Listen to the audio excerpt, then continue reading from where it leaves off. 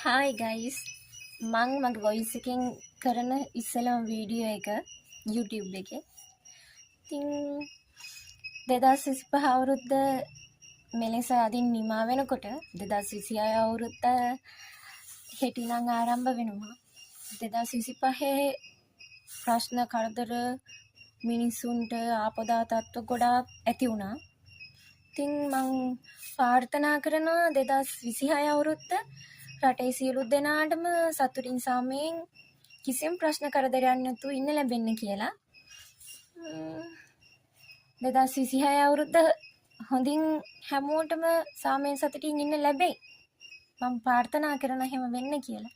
කිසිම ප්‍රශ්නයක් නැතුව. එහෙනම් බයි. බයි කියන්න පුතේ.